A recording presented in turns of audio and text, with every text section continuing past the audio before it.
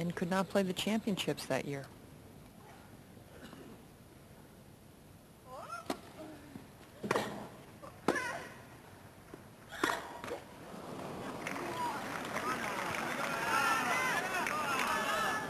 You won't see Sandrine Testude miss too many backhands that are teed up nicely like that last one.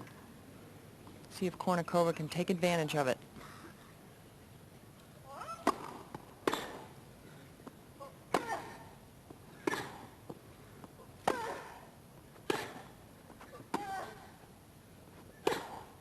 Ah! 40-15.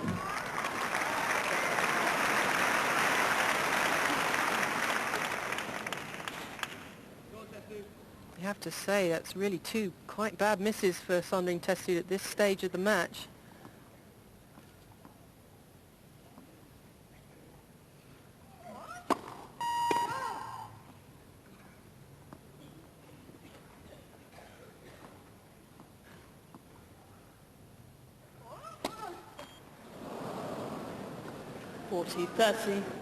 Now that was the kind of double fault that she was serving in dozens a year and a half ago. No confidence halfway up the net.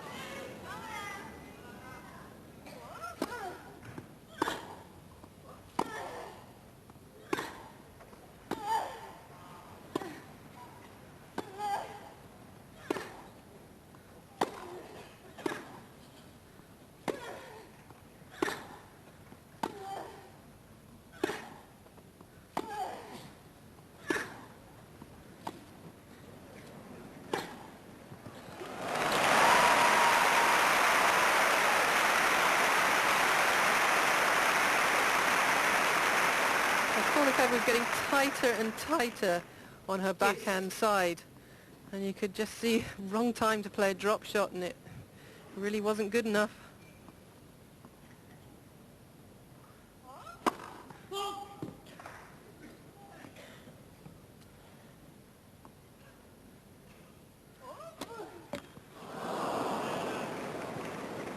Advantage, Miss Testude.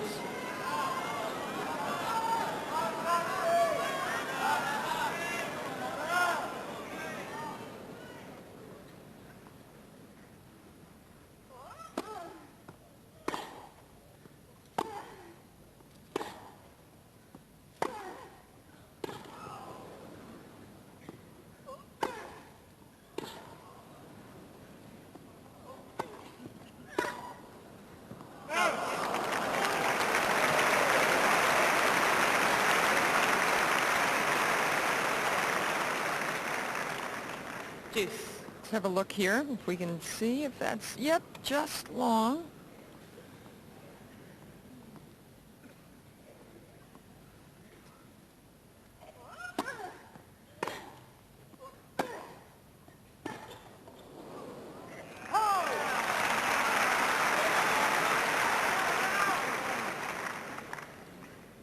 Advantage, Miss Kornikova.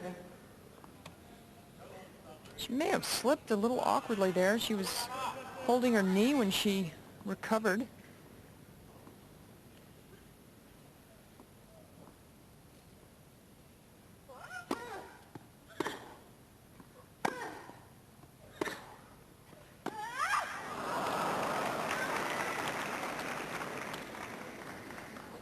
Deuce.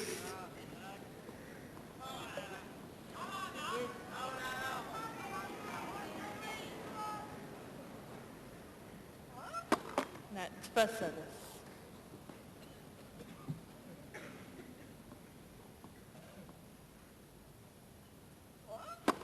Net first service.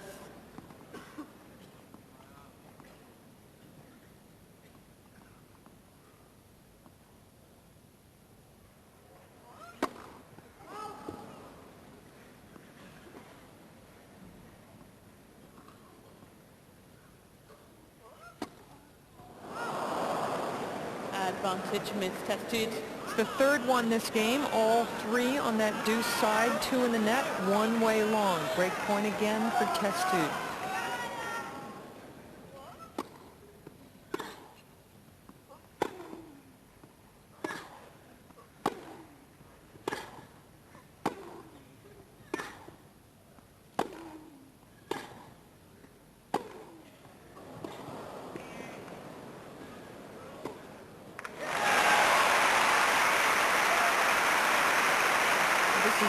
and Hyde tennis. We see the tentative double faults and then a very aggressive point by Kornikova to follow up her third double fault.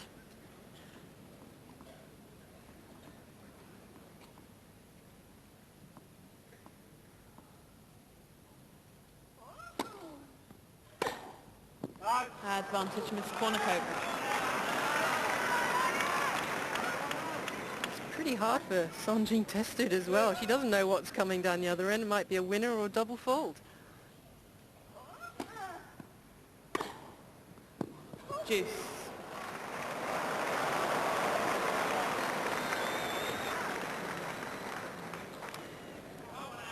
Kornikova hopes a lot on the court. I mean, she looks at the umpire on close calls all the time. That may have been just wide, maybe.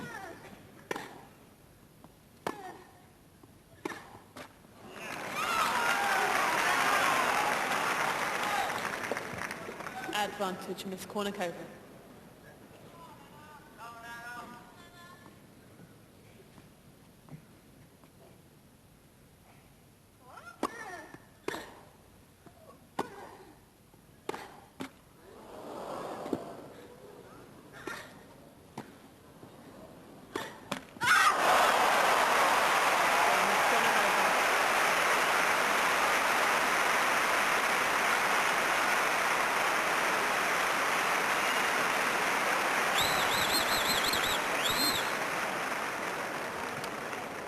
Miss Kornikova leads 5-2, final set. That game, more than any, shows the competitiveness of Kornikova. She served 3 double faults. They were all horrible double faults. A lot of other tentative play, but she hung in there. But she does like to look around at close calls. She looks at the umpire. At one point in that game, she kind of looked at the court like she got a bad bounce. She looks up at her coach and her mom a lot.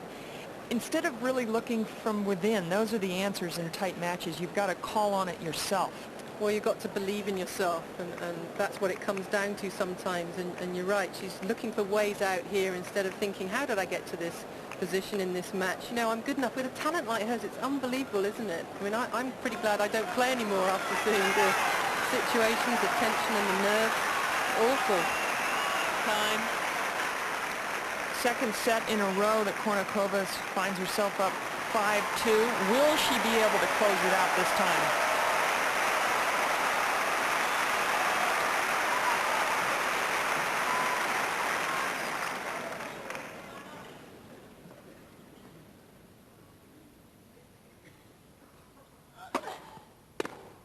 Love.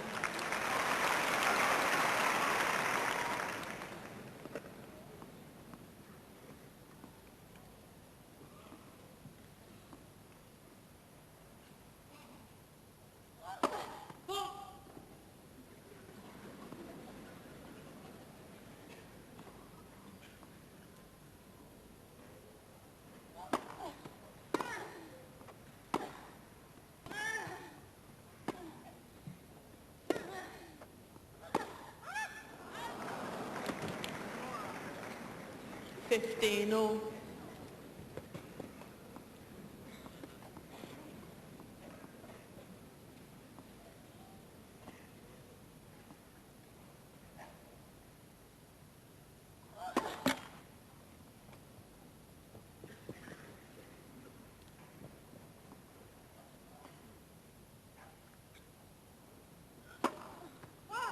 $15-30.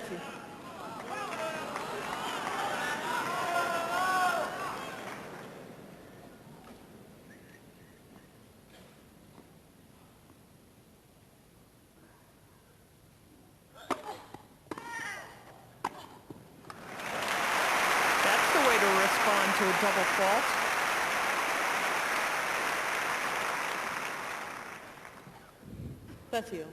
Well, nobody's really served and volleyed very much. That was a very brave move from Testud.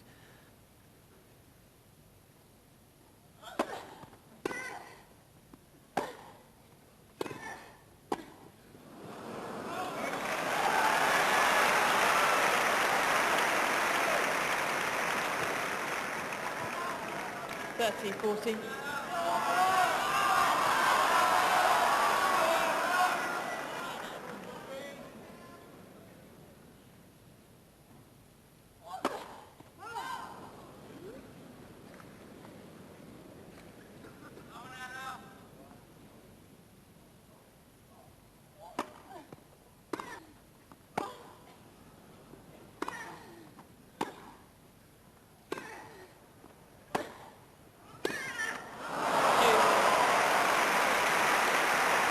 tell by the confidence of Testude, the way she hit the ball down match point, why she gets out of these matches when she's way down, because she does go for it on the match points.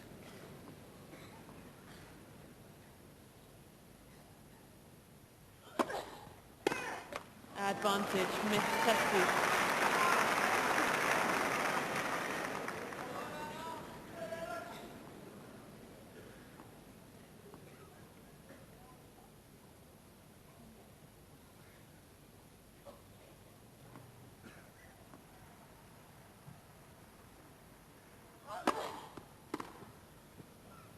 Game, Miss Testude.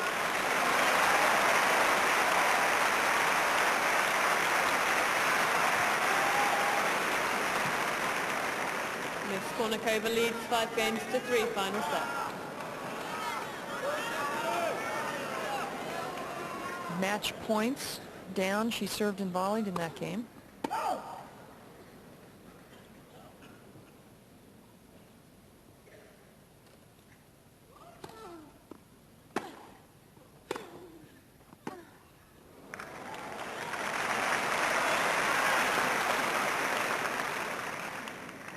Fifteen love.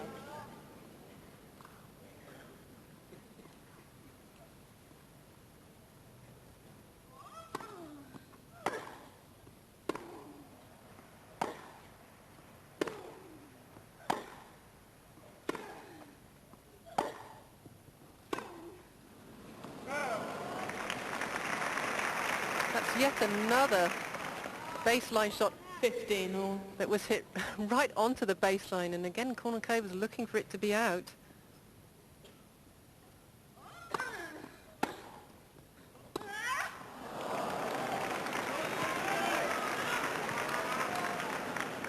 Fifteen 30.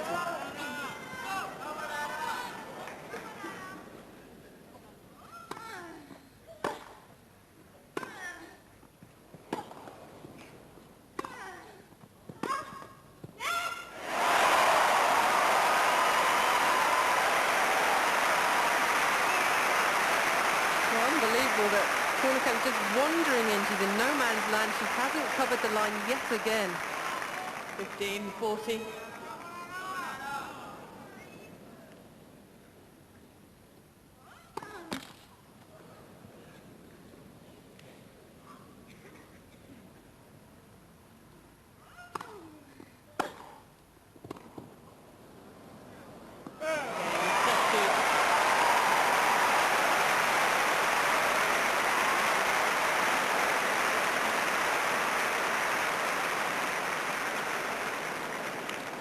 Miss Testude leads 5 games. Correction, Miss Kornikova leads 5 games to 4, final set. Well, there's so much the same between the second set and the third set, with Kornikova up 5-2 in both, and Testude coming back, and on serve now 4-5 down still. If it keeps the pattern of the second set, we know what's going to happen. Testude's going to win the set and the match. It's really an amazing thing. It's disturbing to see Kornikova's inability to close out matches. Well, it is, and it's also, you know, we're all watching, it's on television, there's a big crowd, and for her to be out there time after time, so she must love tennis to put herself in this situation, because you said the competitive edge of Kornikova still comes through. Time. Well, a couple of deep breaths from Kornikova. I mean, she could very well blast away, be aggressive on the return, knowing that she's going to have a hard time serving for the match. This is her last chance to try and break for the match for, you know, for a little while.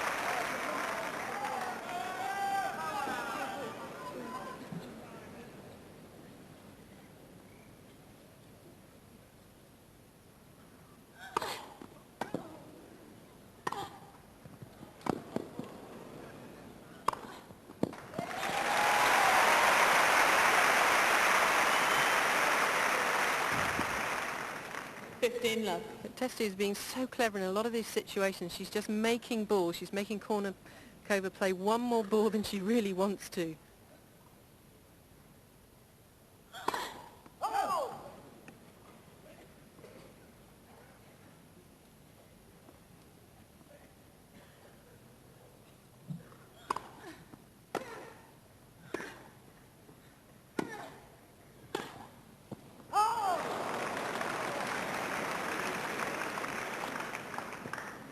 15 all.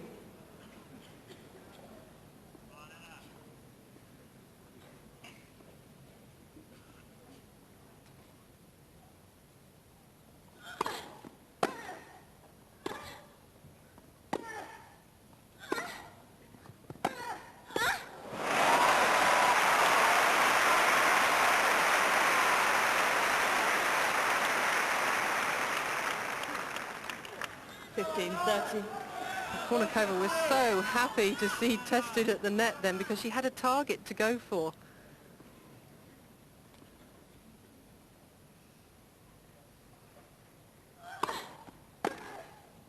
Out. That's you. Ooh, just out. Kornikova picked the wide serve, and that was her most aggressive two-handed return from out wide. Just missed. Like a cricket shot here from test tube.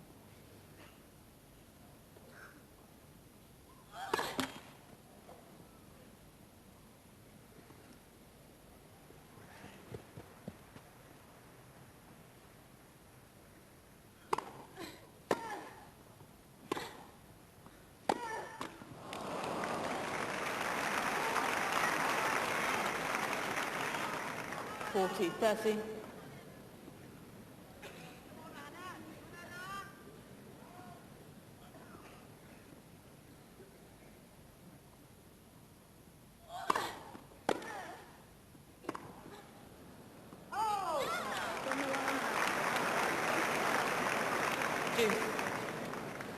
No, that was good.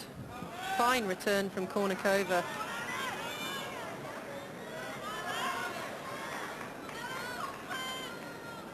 Yeah, you can see the chalk there.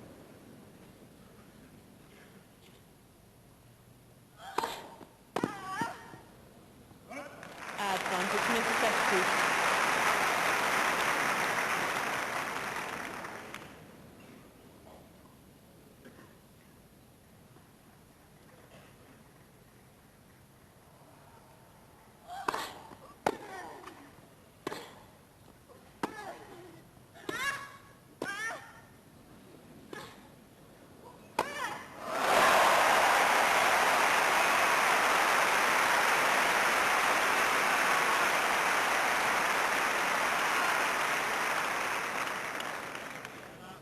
Deuce.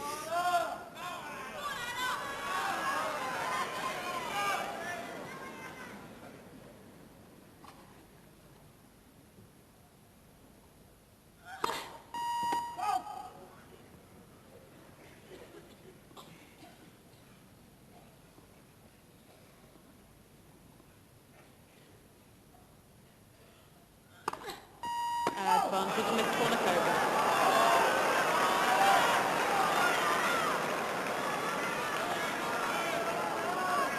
Fifth double fault brings up match point number 2.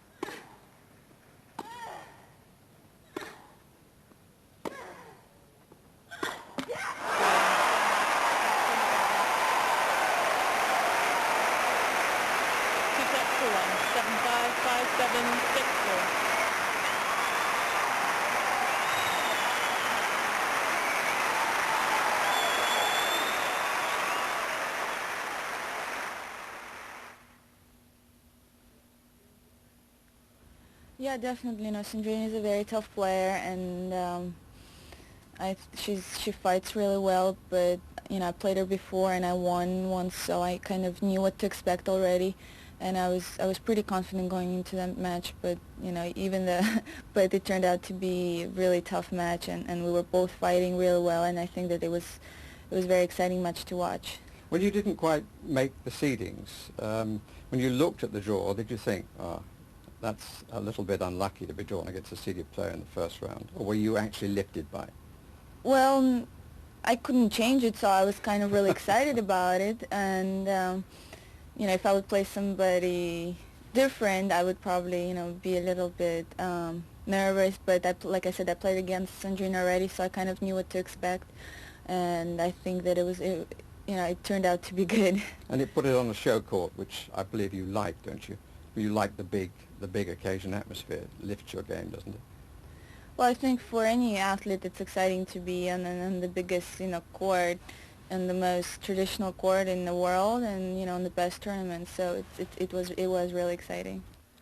So, John, are you a paid-up member in a Kornikova fan club? I'll pay my bills. Yeah, definitely. You know, I'm all for it. I'd like to see her add a little variety to her game. I think her second serve could use some serious work, and I'm amazed she won the match from the position she was in. I mean, she was so far up and then so far up again in the third set that for her to come through actually is a confidence boost, no question. But to take that next level, I mean, her seed now. I mean, Testude's a solid player, but if she were to get by a Serena Williams, who I believe would be her first seeded player in the round of, I mean, her next seeded player in the round of 16, then you start to believe that maybe she can approach that next level. But her game and mental strength are not as strong as those other players right now.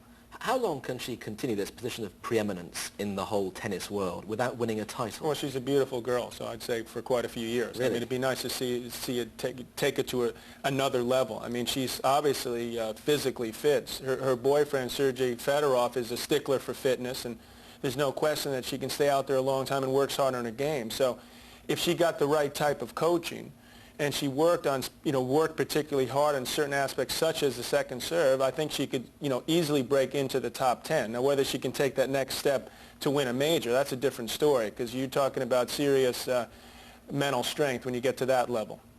Okay, well, we'll talk more about her a bit later on, but let's see some of the other big names in the women's draw who've been in action today. And none bigger, of course, than Martina Hingis, who went out in the first round last year to Jelena Dokic. But there was never any possibility of that happening today when she played the little-known Spaniard Angeles Montolio. Hingis strolled away with the first set, as you can see from the caption, 6-1. She didn't have things quite her own way in the second set. 5-2 she is serving here. The Spaniard actually saved 7 match points at one point, but that was the 8th, and Hingis safely through to the second round. And all the pre-match publicity saying that this was the time for Hingis to show her mettle and to prove that she deserves to be number 1 in the world and to reclaim this title. Well, she got off on the right foot today. Now, will either of the Williams sisters deny her a Wimbledon title this year? This is Venus cruising through to the second round after beating Květa Havlíková of the Czech Republic. The second set actually lasted just 21 minutes, and the Czech girl double faulted on match point. And here's her sister Serena in action against Asa Karlsson of Sweden. Serena's had a very up and down year, blighted by injury, but the big powerful ground shots still there, and she won straightforwardly enough in the end. 6-3, 6-2. And the Williams sisters, are they potential winners here? No question about it. I mean, they've got all the youngsters up top. They got Hingis, the 2 Williams sisters, and Kornikova. So a couple of those veterans, and possibly Mary Pierce, who came off that big win at the French, feeling a little bit safer down there at the bottom. But it will be very interesting out of those 4, and you have to favor, obviously, the 2 Williams sisters. Hingis, the big favorite coming in. Then it's a little stacked up there with the youth and energy, and let's see if Kornikova can step to the plate. But given the fact that both Williams sisters have had a very roller coaster last 6 months or so, have they come back with renewed enthusiasm, or is the game sharp enough yet, do you think? It's hard to say. I mean, they haven't played a great deal, but they're physical specimens. I mean, Serena Williams is an awesome physical presence out there, and Venus is like a gazelle movement-wise. I mean, you're talking about 2 players who potentially, they're already very, very good. They have potential to be truly great players. Now, they got to show a little humility every now and then, perhaps would help. And then when you throw them against the Hingises, who's has got a cocky attitude herself, that's one of the reasons why you see the women's game generating more excitement. But don't you, of all people, admire that as a quality in a player? I definitely admire it, but I also admire the people that when they do lose, you give credit where credit is due. And so far, the Williams sisters haven't shown that. And if they do show that, I think there'll be a great deal more respect for them. Okay, let's move on to the men's round today, and we can only focus on one match. Greg Rusedski's extraordinary game against Vince Spadea of the USA, who hadn't won a single singles match since last November. Well, this was an epic, as you can see from that scoreboard. We're going to pick it up in the fourth set, and we're in the tie-break, and Spadea is serving at 5 points all. Commentary comes from Simon Reed and John Lloyd.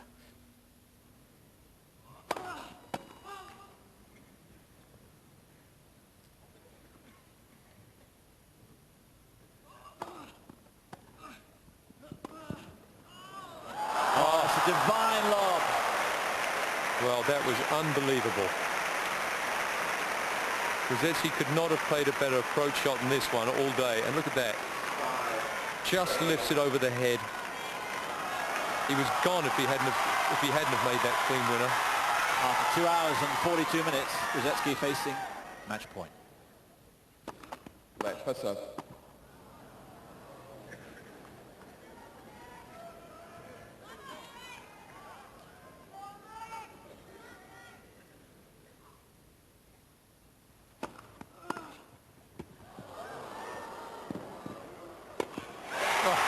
How on earth did he hit that second shot back? And that ball was almost behind him when he flicked that half volley.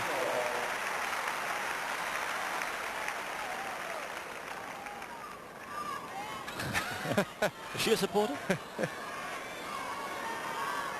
Well, what an incredible half volley that was to keep Rusedski in the match.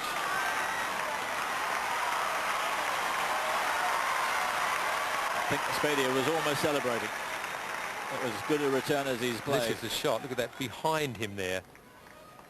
Beautiful racket control there, racket head control from Rusedski.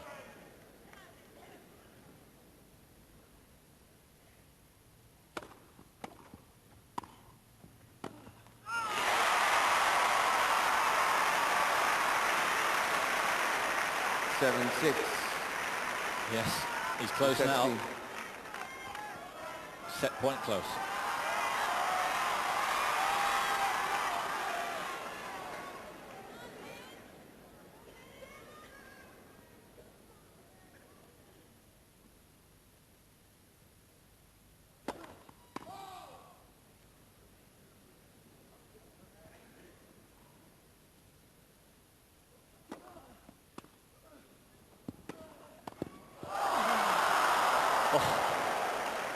And he read that perfectly. Rusedski was there.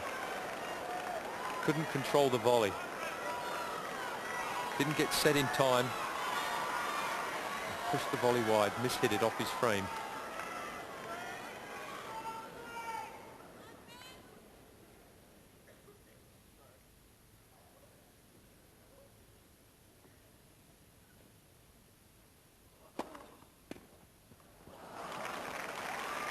Good serve for a man.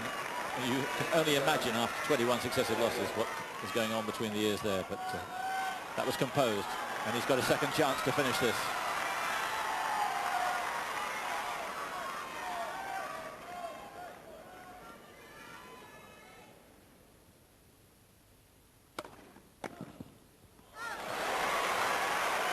Eight all. He-man stuff now.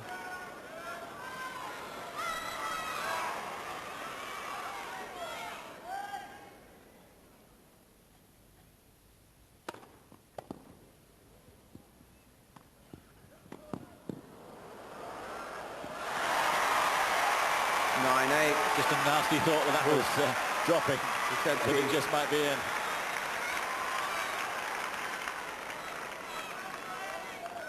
Second set point.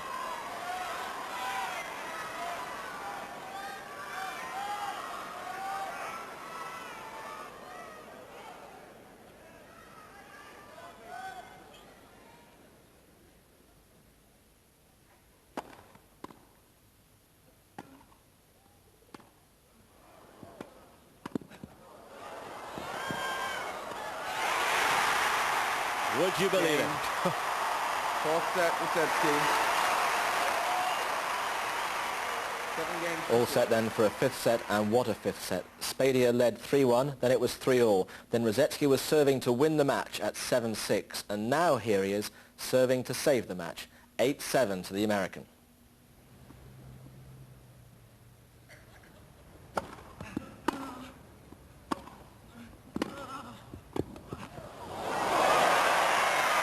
Again, when his instincts are tested, he really comes up with the goods.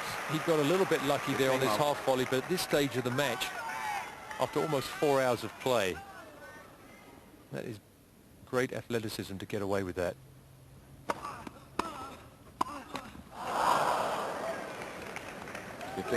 Certainly, if you're worried about the light, don't. It's still pretty good. Obviously, it's lessening. It's 9 o'clock now. Difficult to tell on television because the engineers do such a good job with the racks, but it is reasonably light here, and we're not worried about any stoppage of play for some time yet.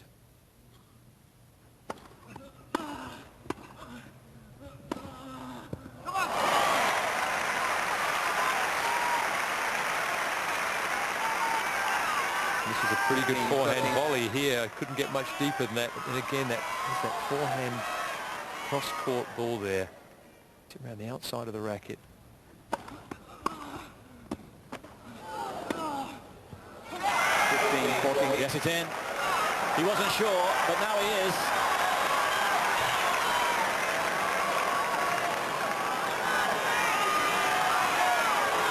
Yeah, 3 hours and 55 minutes. 2 more match points for Spadia.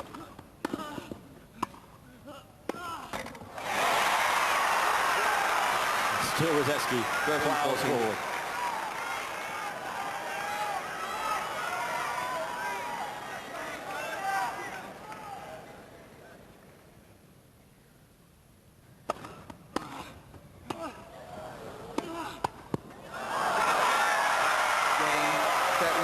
Finally, Spadia, 3 sets to 2, 6-3, 6-7. Greg, what's the uppermost feeling in your mind coming off court after a match like that? Well, obviously there's huge disappointment when you serve for the match to win the match. You fight for nearly 4 hours and you walk off losing at Wimbledon with a great crowd that supports you from the first ball to the last ball, and you know, all the people that are behind you, you're disappointed for, and you're disappointed for yourself because, you know, this is Wimbledon, this is the one you want to do well at, and I had a good draw this year. To some extent you were fighting yourself all the way through, weren't you, trying to find the real Greg Rosetsky? Yeah, I've been struggling with my game. There's no question about that. I've had a tough time.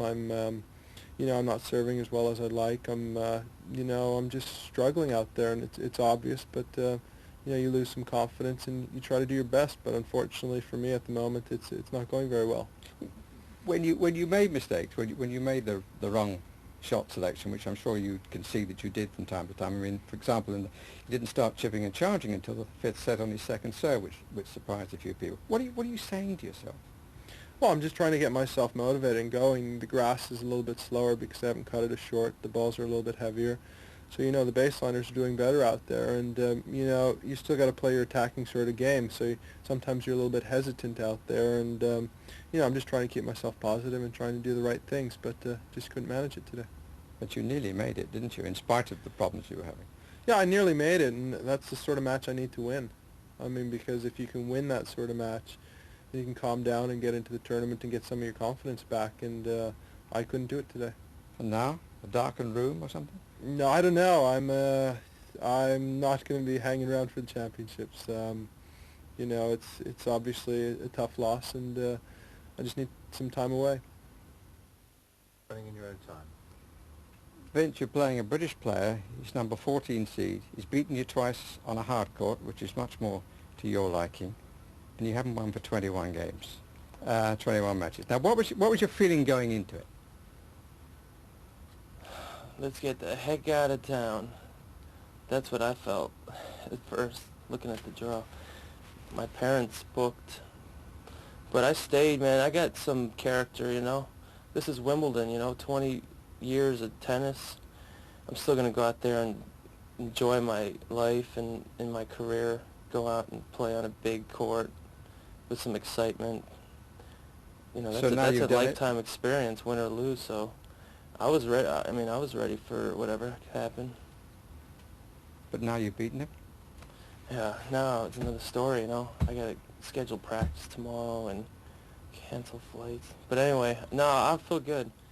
It was, it was an amazing experience to go out there and be almost winning and then lose, and then, you know, like he's serving for the match on grass with his serve and volley game. Hey, you know, that's sports. That's like serious, like competition. That's hard work. It's hard work. It's hard work. I mean, I've shown myself I can rise to big occasions, beat big players, and in big situations, and then this is going to go up as one of them, obviously. But the way it happened was pretty awkward and unexpected, but it just makes it more enjoyable now that I'm on top. Well, and he's one cool dude, that Vince Spadia, isn't he? Let's talk about Greg first of all, though. Psychologically, he's obviously in shatters.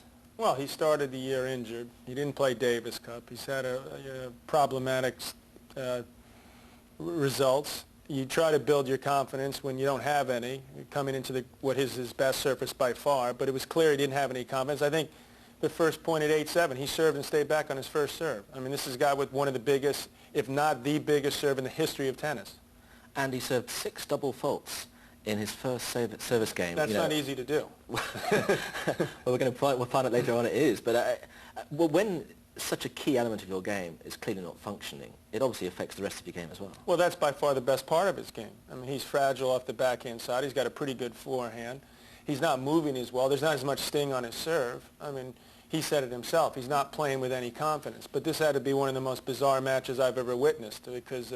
Well, I'm the U.S. Davis Cup captain, so I have a soft spot for Vince and what he's been through. I mean, that's incredible. I mean, Vince Spadia was 19 in the world at the end of last year. He's lost 21 matches in a row. You said the most relieved guy, perhaps, certainly in the country, if not perhaps the world at this moment, is Vince Spadia. I mean, he had so many chances to lose this match after should have won it in 3 straight sets. He served for the second set. He had match points in the 4th set. He got up 3-1, 40-30 in the 5th set. And to lose his serve at 6-all and then come back and win that, I mean, the guy, he's still barely breathing when he did the interview. So did Rosetsky lose that match, or did Spadia win it? Spadia's got a world-class backhand. He's got one of the great backhands in the game. He's very fit. He's strong. He can stay out there a long time. He played well, but Greg Rosetsky, that's about as poor a tactical match as I've ever seen him play on grass courts.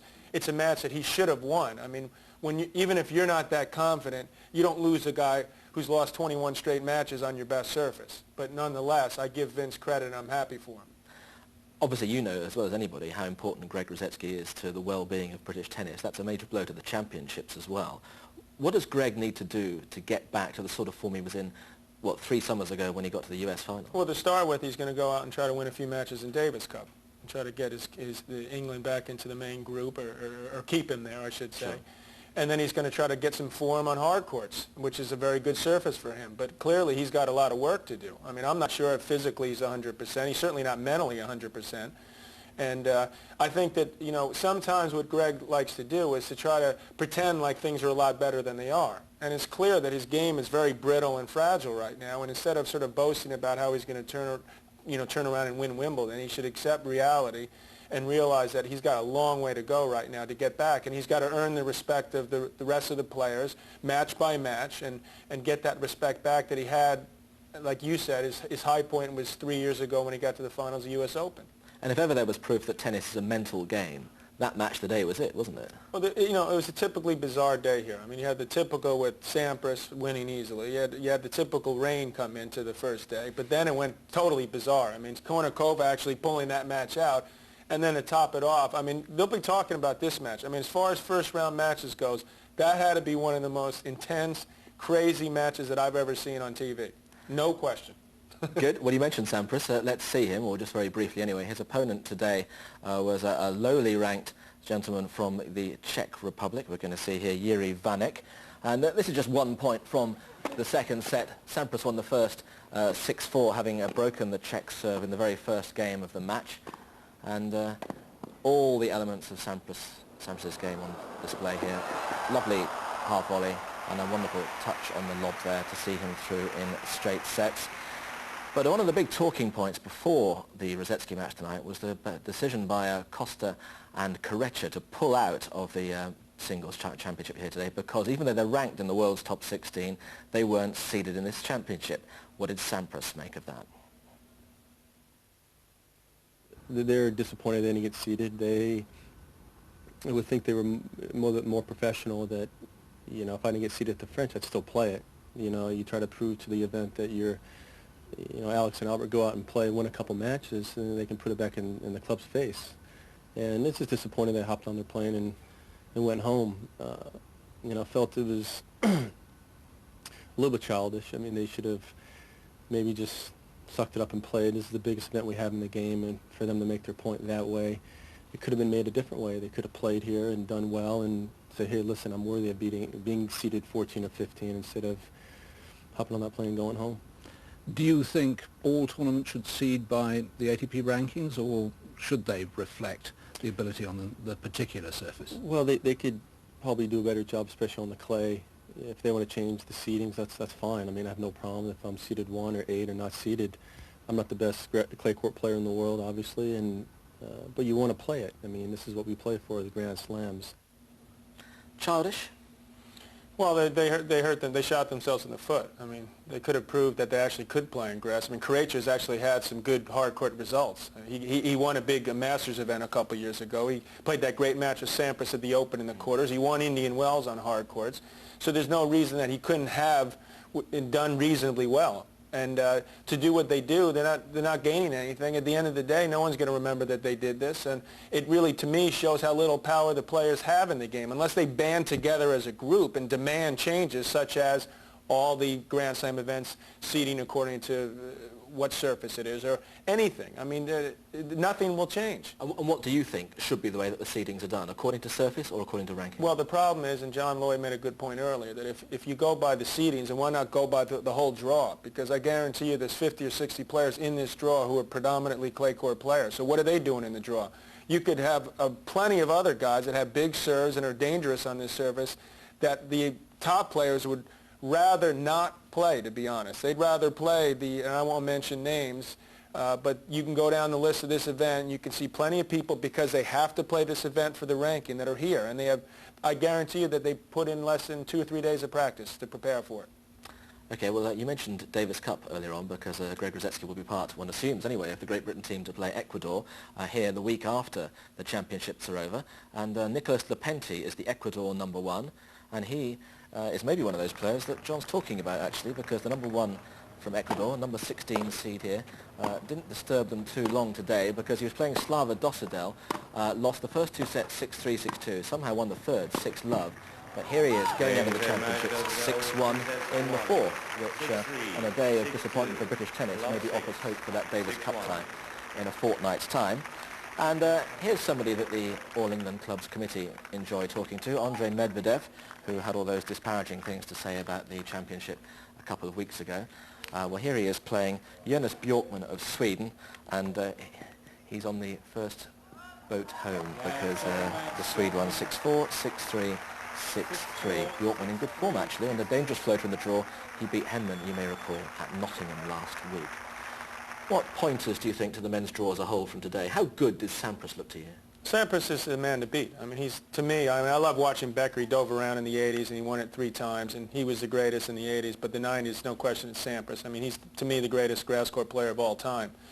I don't want to disparage Lepenti there. Just quickly, Dosadel is dangerous, and he's not the type of guy you want to play first round, nor is Bjorkman, who you mentioned beat Henman last week. So, you know, try to help these guys out and back them up a little bit, Medvedev and Lepenti, that they were up against it from the very beginning. And when you get guys like that, then how to play. Don't forget Bjorkman at one stage was #4 in the world. So there's about 10 guys that realistically have a chance to win it, and then there's another 20, 30 guys who you don't want to play, and those two fall into that category. Lepenti's actually got a chance to be a very good all-around player. So don't read too much into that one result as far as the Davis Cup tie is concerned. Well, he's dangerous, and he's also got a brother who's bigger than he is, who's got a bigger serve, and he's going to go out there with nothing to lose. So obviously England's going to be a heavy favorite to win that 4-1 or 5-0, but don't count your chickens before they hatch. One other person we must mention at this point, we should have seen him today, but for the rain breaks, Leighton Hewitt, who I noticed was in the bookmakers list, was second favourite this morning. Do you think that's a fair assessment of his I chances? don't know if he's quite ready, but I like Leighton quite a bit. I mean, he's a real competitor. He's just the type of guy we need on the tour. I mean, he's one of the quickest guys, maybe the quickest player out there now. He's got the tenacity that you need to do well at the top level. He's improving. He's learning. He's got a good coach in Darren Cahill who knows how to play, who knew how to play on fast surfaces. And I believe Leighton Hewitt could truly be one of the great players the next 5 or 10 years in the men's game. Okay, well, he's playing tomorrow. We spoke about Greg earlier on, and we saw him, sadly, of course. What about the other British players today? Here's Gary Richardson.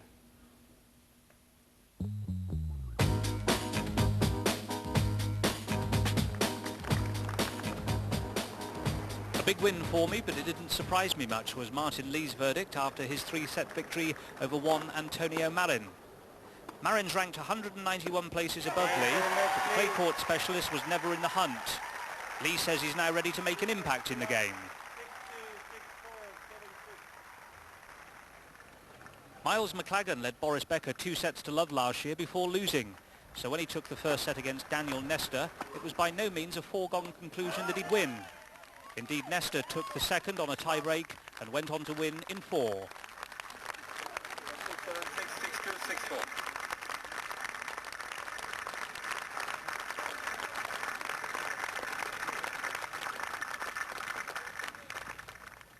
Well done, Louise Latimer.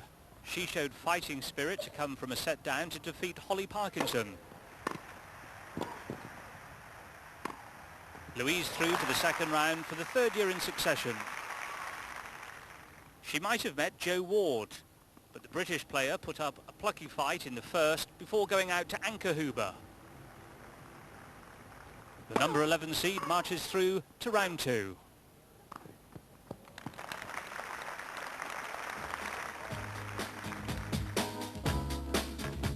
Elsewhere, Julie Pullen, the British number 2, had her chances, but she was beaten by Natasha Zareva. Hannah Collin, the 18-year-old national champion, was another British player to fall at the first.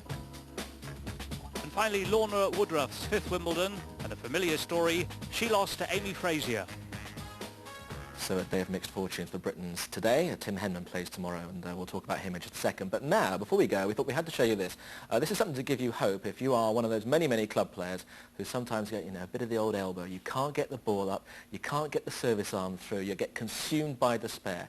Here we have the number 6 seed, Cedric Pierlin, a former finalist here, playing Norway's Christian Ruud.